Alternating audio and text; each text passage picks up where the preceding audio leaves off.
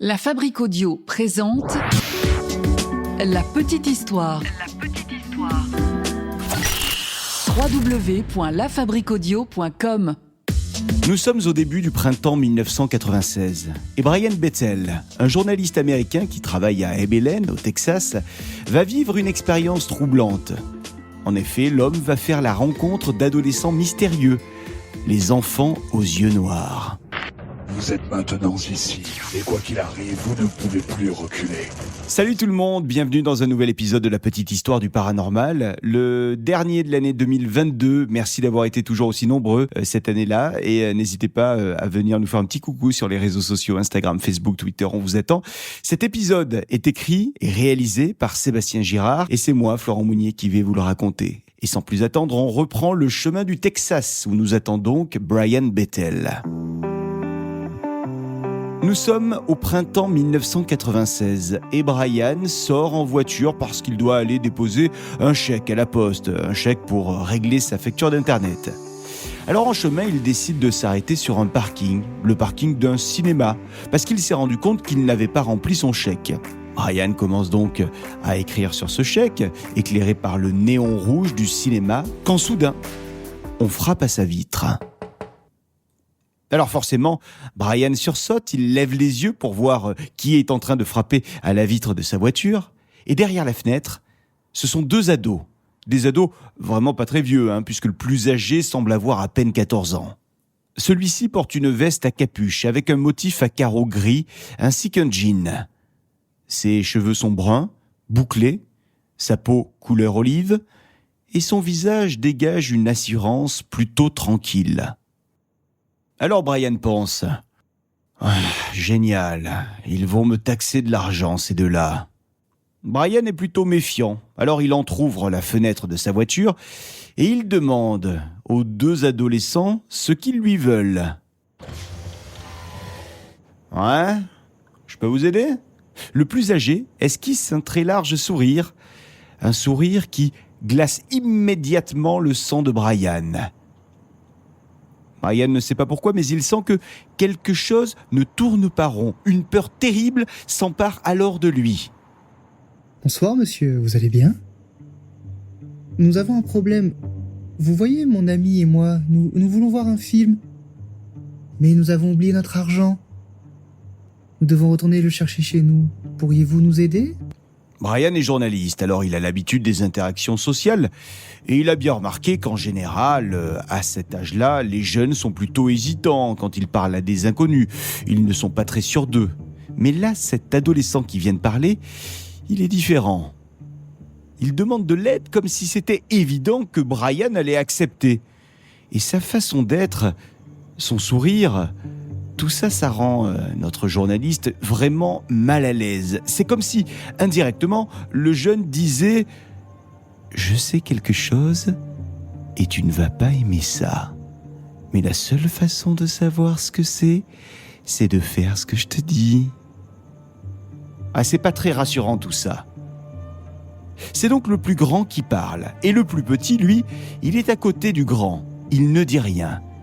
Il semble avoir une dizaine d'années, lui aussi est habillé d'un sweat à capuche, il a un air pâle, et il fixe Brian d'un air confus et coupable. En tout cas, c'est ainsi que Brian le ressent. Brian qui finit par répondre au jeune en bégayant un peu. Vous aider ? Ouais, enfin... Allez monsieur, nous voulons seulement rentrer chez nous, et nous ne sommes que deux petits garçons. Ouais. Mais quel film vous allez voir ? Mortal Kombat, bien sûr.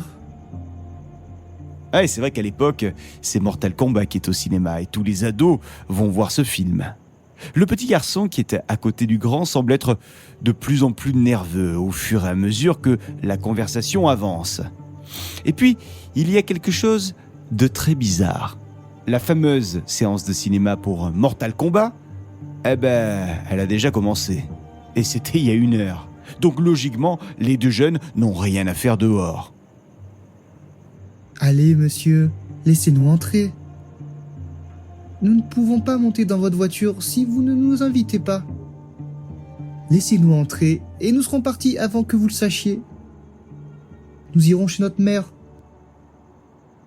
Au même moment, Brian se rend compte que sans le vouloir, sa propre main s'est approchée de la poignée de la porte et qu'il est en train de l'ouvrir. Pourtant, c'est pas du tout ce qu'il voulait faire. Alors, d'un geste brusque, Brian enlève sa main de cette foutue portière, il prend une grande respiration, il essaie de ne pas paniquer et il regarde pour la première fois les deux jeunes dans les yeux. Et là, il est tétanisé. Les deux adolescents ont les yeux noirs, pas d'iris, pas de pupilles, seulement deux yeux noirs, charbon, qui fixent Brian. À ce moment-là, l'aîné arrête de sourire et il se met à hurler de colère. « Nous ne vous ferons pas de mal. Vous devez nous laisser entrer à l'intérieur. Nous n'avons pas d'armes à feu. » Le garçon frappe violemment à la fenêtre. C'en est trop pour Brian, qui passe la marche arrière et qui démarre en trombe pour quitter le parking aussi vite que possible. Son cœur bat à 1000 à l'heure. Des gouttes de sueur perlent sur son front. Brian jette un dernier coup d'œil dans le rétro et, vous l'aurez deviné, les enfants ont disparu quand il regarde dans le rétroviseur. Une fois rentré chez lui, Brian en parle à un ami. Son ami, c'est Chad. Cet ami, il dit être un chasseur de fantômes. Et Chad est accompagné d'une femme, elle aussi spécialiste en paranormal. Et elle ajoute même qu'elle est médium. Brian se met donc à déblatérer son histoire. Mais d'un coup, la femme l'interpelle alors qu'il est au milieu de son histoire et elle lui demande si les enfants avaient les yeux noirs. Bah oui. Oui, ils avaient les yeux noirs en effet. Et la femme se met à dire qu'elle le sait parce qu'elle a rêvé de ses enfants récemment. Et dans son rêve, ses enfants étaient devant chez elle et elle savait que s'ils entraient, ils la tueraient. Et ça colle parfaitement avec ce que Brian a ressenti ce soir-là. Brian, lui, il savait aussi que si les enfants étaient entrés dans sa voiture, il aurait été tué ce soir-là. Un an après, Brian pense toujours à cette histoire. Une histoire bizarre qu'il a vécue et qu'il n'arrive pas à oublier. Alors un soir, il envoie un mail à ses potes, un mail dans lequel il raconte son étrange mésaventure. Ses amis ont l'habitude de l'entendre, cette histoire, c'est pas la première fois qu'il leur raconte. Des amis qui sont eux aussi amateurs d'histoires de fantômes d'ailleurs, et qui font partie d'un groupe, Usenet Alt Magic. Brian raconte dans ce mail qu'il est traumatisé encore par les enfants aux yeux noirs, et que depuis sa rencontre avec ses enfants, il les voit partout. Où qu'il aille, il les voit. Mon sommeil est très perturbé.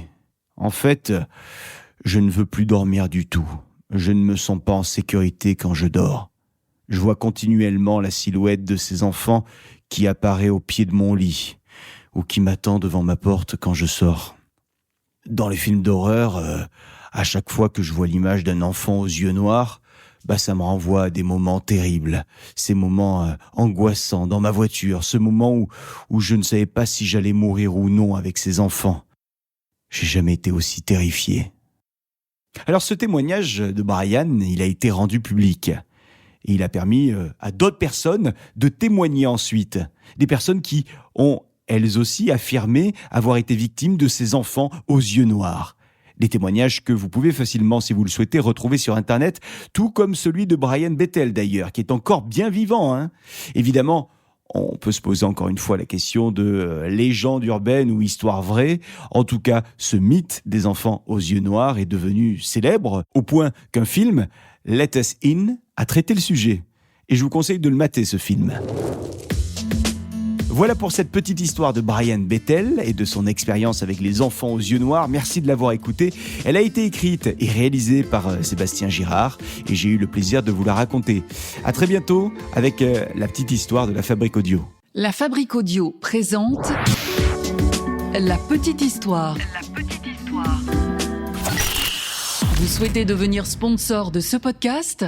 Contact @lafabriqueaudio.com. Avant de se quitter, je vous rappelle que la Fabrique Audio crée pour des marques, des entreprises, des associations, des collectivités, des contenus audio. Ça peut être des podcasts, mais aussi des radios, des web radios. Si vous êtes intéressé, n'hésitez pas à nous contacter. contact@lafabriqueaudio.com, la fabrique avec un K.